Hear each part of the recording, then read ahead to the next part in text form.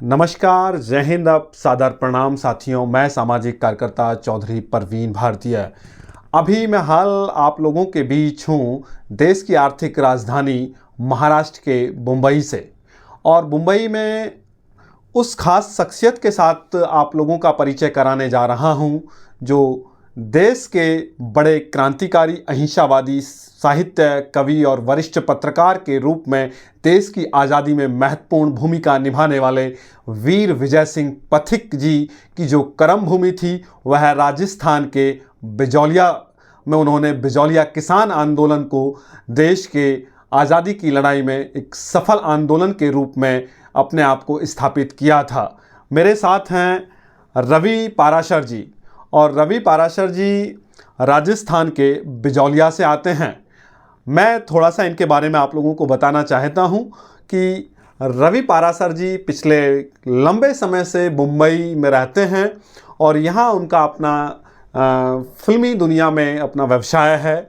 और एक दिन मेरी किसी वीडियो को उन्होंने YouTube पर देखा और वहाँ से मेरा कॉन्टैक्ट नंबर लेकर के मुझसे संपर्क किया और मुझे उन्होंने बताया कि मैं मुंबई में रहता हूँ लेकिन राजस्थान के बिजौलिया से रहने वाला हूँ और विजय सिंह पथिक जी के विचारों को आगे बढ़ाने का हम लोग काम कर रहे हैं।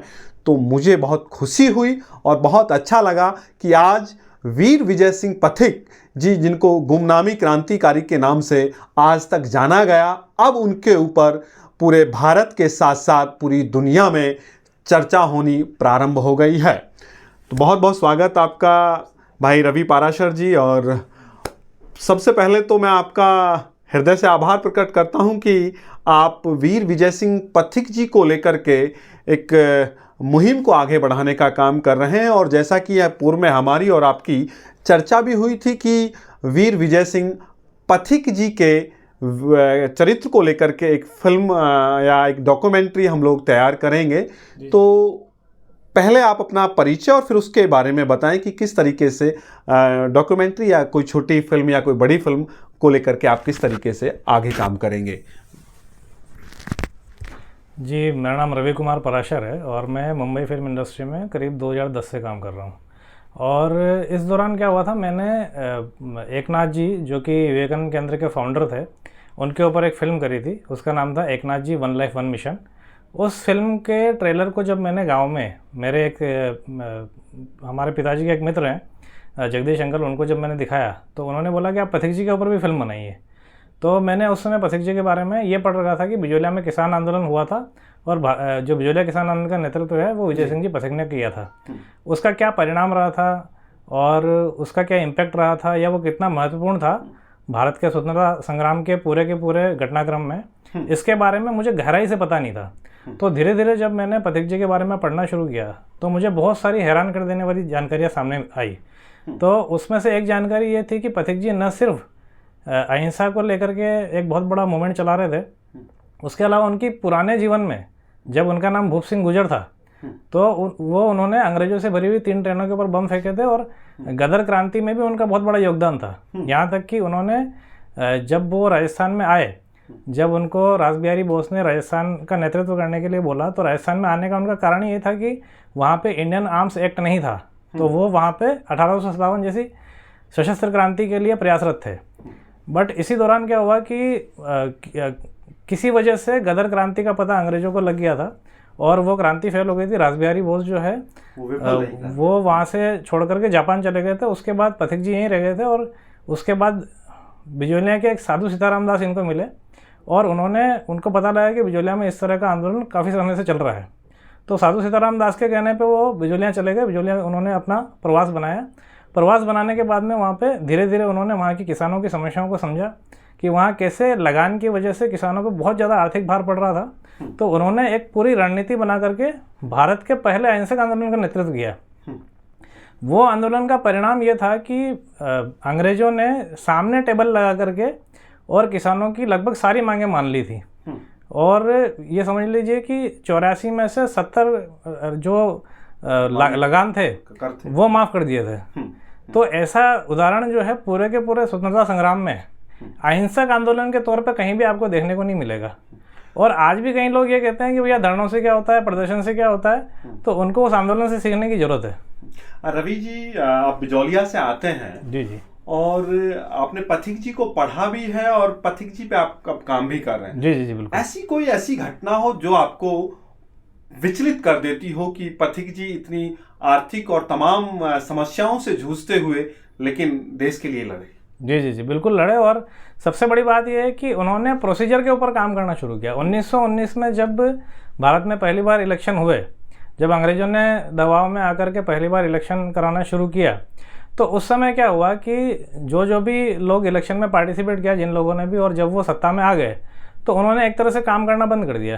तो इसी दौरान महात्मा सचिंद्रनाथ सान्याल ने गांधी जी के समक्ष राइट टू रिकॉल का जो है प्रस्ताव रखा कि राइट टू रिकॉल की प्रक्रिया होनी चाहिए। यहाँ तक कि HSRA के मैनिफेस्टो, जो कि महात्मा चंद्रशेखर आज़ाद, महात्मा भगत सिंह, इन्होंने मिलकर के जो एक संगठन बनाया था, उसका नाम था HSRA। HSRA के मैनिफेस्टो में भी ये लिखा हुआ था कि अगर लोकतंत्र में रिकॉल की प्रक्रिया नहीं होगी, वोट वापसी की प्रक्रिया नहीं होगी, तो ये एक मजाक बनकर रह जाएगा। और आज के 1.5 साल पहले हमारे संगठन को एक किताब मिली जो महात्मा विजय सिंह पथिक ने 1938 में खुद लिखी है, जो देश के तमाम राज्यों में वीर विजय सिंह पथिक जी की विचारधारा को आगे बढ़ा रहा है। जी जी जी बिल्कुल बिल्कुल आगे बढ़ा रहा है। उस संगठन का नाम है राइट टू रिकॉल पार्टी। ये एक पॉलिटिकल पार्टी है, राजनीतिक दल है।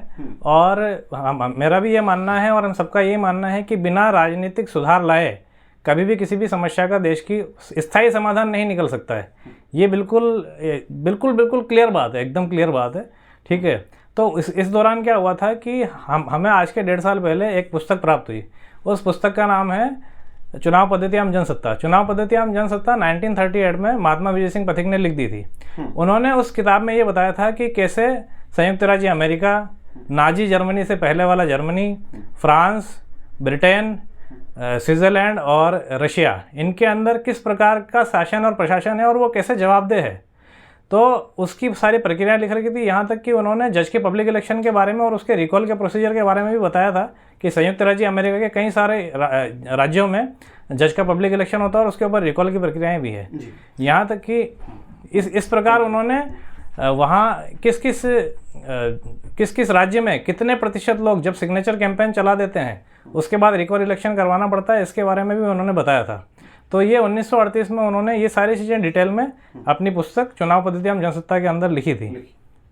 रवि जी, पथिक जी के द्वारा एक बड़ा साहित्य लिखा गया। जी जी जी। लेकिन आज़ादी मिलने के बाद और आज 78 वर्ष की आज़ादी के बाद पथिक जी के द्वारा जो लिखा हुआ साहित्य है वो कहीं ना कहीं दबाया गया है, या उसको हम गुम कहें, किस तरीके से आप अपने शब्दों में बताएंगे इस बात को? देखिए, पथिक जी को आप जब पूरा जानेंगे या थोड़ा बहुत भी जानेंगे और उनकी राजनीतिक विचारधारा को समझेंगे, तो वो उस समय के जितने भी राजनीतिक विचारधारा थी, आज की राजनीतिक विचारधारा, उनसे आप उनको अलग पाएंगे। और उनकी जो राजनीतिक विचारधारा थी वो बिल्कुल एक तरह से देखिए कि समस्या के अंतिम जड़ समाधान के लिए थी। तो अब क्या है कि जब इस तरह का कोई व्यक्ति सामने आता है तो ऑब्वियसली है कि जो बाकी लोग हैं वो गुट बना करके उसको अलग थलग पटक देंगे। तो ये साजिश जो है, लगभग आप समझ लीजिए कि सारे जो संगठन हैं जिनका नाम नहीं लेंगे, आप समझ जाएंगे, तो उन लोगों ने सिस्टमेटिकली उनको साइडलाइन कर दिया। क्योंकि जैसे ही विजय सिंह जी पथिक के बारे में लोगों को जानकारी होगी और वो उनके बारे में जानेंगे और उनके पॉलिटिकल एजेंडे को समझेंगे और उनकी पुस्तक चुनाव पद्धति एवं जनसत्ता पढ़ेंगे, तो उसके बाद उनको समझ में आएगा कि ये सारी जानकारी जो है पेड मीडिया, राजनीतिक, सामाजिक, आर्थिक संगठनों ने बहुत लंबे समय तक छुपा के रखी है। उसकी वजह से कभी भी कोई भी स्थायी समाधान किसी भी चीज़ का भारत में नहीं आ पाया है, चाहे वो अभी हम लोग अपने अंतिम वाणी को विराम की तरफ लेकर के जाएंगे। जी जी जी। अभी देश में और देश के बाहर भी लोग पथिक जी के ऊपर एक बड़ा सर्च कर रहे हैं और उनको पढ़ कर के उन पथिक जी के जीवन पर उनके चरित्र का अध्ययन कर जी जी जी समाज और राष्ट्र में बदलाव लाने का प्रयास कर रहे हैं।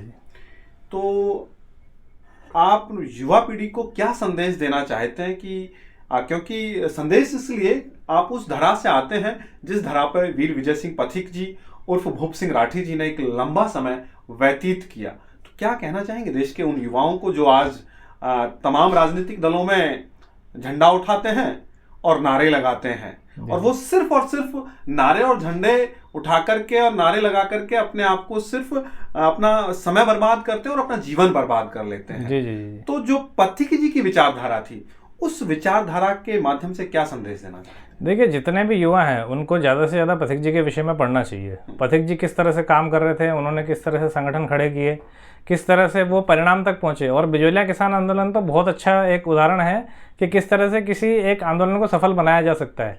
यहाँ तक कि उन्होंने अपनी पुस्तक चुनाव पद्धति एवं जनसत्ता में ये तक लिखा हुआ था कि वहाँ के संयुक्त राज्य अमेरिका के जो नागरिक थे उस समय वहाँ के गवर्नर को और वहाँ के राष्ट्रपति को सविनय आज्ञा पत्र भेजते थे। तो मैं ये चाहूँगा कि वो सविनय आज्ञा पत्र जो है ये आप भेजिए अपने प्रधानमंत्री और मुख्यमंत्री को, ये इस तरह से भेजिए। इसके कई सारे सुखद परिणाम हमने देखे हैं। ठीक है, जैसे अभी यहाँ पे लिखा हुआ है कि भाई ईवीएम की जगह मतपत्र का इस्तेमाल करने के लिए हमको ये आज्ञा मिले, ऐसा प्रावधान हो। अभी क्या होता है ना कि कई लोग कहते हैं कि यार ईवीएम है उसको रहने दो, तो हम कहते हैं रहने दो, कोई दिक्कत नहीं है। आप है ना सिर्फ और सिर्फ मतपत्र का विकल्प दे दो कि जैसे ईवीएम रखा है वैसे मतपत्र भी रखा रहने दो, तो दोनों का काम हो जाएगा, कोई दिक्कत नहीं है। तो ये एक डिमांड है कई सारी डिमांड में से। इस तरह से क्या होता है कि हम लोग सविनय आज्ञा पत्र भेजते हैं, खुला पत्र भेजते हैं मुख्यमंत्री को और प्रधानमंत्री को कि आप ये काम करिए, ये कानून छापिए। ठीक है, इस तरह के करीब 30 कानून की हमने डिमांड करके रखी है। तो वो आपको मैं इस ये वीडियो के डिस्क्रिप्शन में आपको लिंक मिल जाएगा कि कौन कौन से कानून की मैं बात कर रहा हूँ, क्योंकि वो विषय बहुत लंबा है, उस पर कभी और आएंगे। तो ये सविनय आज्ञा पत्र या खुला पत्र जो भी कह दीजिए, इस तरह से भारत के प्रत्येक नागरिक को मुख्यमंत्री और प्रधानमंत्री से अपनी जो मांग है उसकी डिमांड करनी चाहिए। बहुत धन्यवाद रवि जी, बहुत धन्यवाद आपसे चर्चा करने के लिए। और अपने शब्दों को विराम देते हुए मैं सिर्फ ये कहना चाहता हूँ कि वीर विजय सिंह पथिक उर्फ भूप सिंह राठी, जिनका सपना था कि भारत का अंतिम व्यक्ति जो इस देश का मूल राजा है, जिसके मत के प्रयोग से देश में सरकारें बनती हैं और एक वोट से उस अंतिम व्यक्ति को राजा बना दिया जाता है, जो देश की तमाम बातों को लेकर के, तमाम विषयों को लेकर के कार्य करते हैं। तो भगत सिंह जी और राजगुरु चंद्रशेखर आज़ाद, सुखदेव और तमाम वो लाखों क्रांतिकारी, उनका सपना था कि भारत के अंतिम व्यक्ति को भी न्याय मिले। और आज 78 वर्ष की आज़ादी के बाद हम लोग देखें तो कहीं ना कहीं उन क्रांतिकारी जो देश को आज़ाद कराने में अपने आप को बलिदान कर गए, आज उनके सपनों को सरकारों के द्वारा चूर चूर किया जा रहा है। जैसे अगर हम बात करें गांव का किसान, मजदूर, दलित, शोषित, वंचित अगर अपनी रपट लिखवाने थाने में जाता है, अपनी किसान संबंधित, जमीन संबंधित मांग को लेकर के तहसील में तहसीलदार के पास, एसडीएम के पास या जिले के कलेक्टर के पास जाता है, तो वहाँ उसको सुना तक नहीं जाता और उसको उसके मुख्य द्वार से दुत्कार करके भगा दिया जाता है। यानी कि वह व्यक्ति जिसको घटना के तुरंत बाद या कुछ समय में न्याय मिलना चाहिए था, वह व्यक्ति न्याय और अपनी मदद की मांग को लेकर के दर दर की ठोकरें खाता है और उस व्यक्ति का तरह तरह से शोषण होता है। ये सपना वीर विजय सिंह पथिक जी का नहीं था। इस सपने को लेकर के भाई रवि पाराशर जी और करप्शन फ्री इंडिया संगठन इस सपने को साकार करने के लिए देश के तमाम राज्यों में जाकर के, देश के चारों तरफ कोने कोने में घूम करके, गांव, चौक चौराहों और नुक्कड़ सभाओं के माध्यम से इस संदेश को, जो पथिक जी का और तमाम अन्य क्रांतिकारियों के जो विचारधारा थी, उस विचारधारा को आगे बढ़ाने का हम लोग काम कर रहे हैं। आपको भी अगर लगे कि कहीं वीर विजय सिंह पथिक जी के बारे में मुझे जानना चाहिए तो आप गूगल कर सकते हैं और तमाम लेखकों की तमाम पुस्तकें हैं विजय सिंह पथिक जी के ऊपर, उनको आप खरीद करके पढ़ भी सकते हैं और उनके विषय में जान करके कि किस तरीके से उन्होंने गरीबी में भी और तमाम संसाधनों के अभाव में भी लड़ाई को लड़ने का काम किया और आंदोलन को सफल बनाने का काम किया। बहुत बहुत धन्यवाद। नमस्कार। जय हिंद।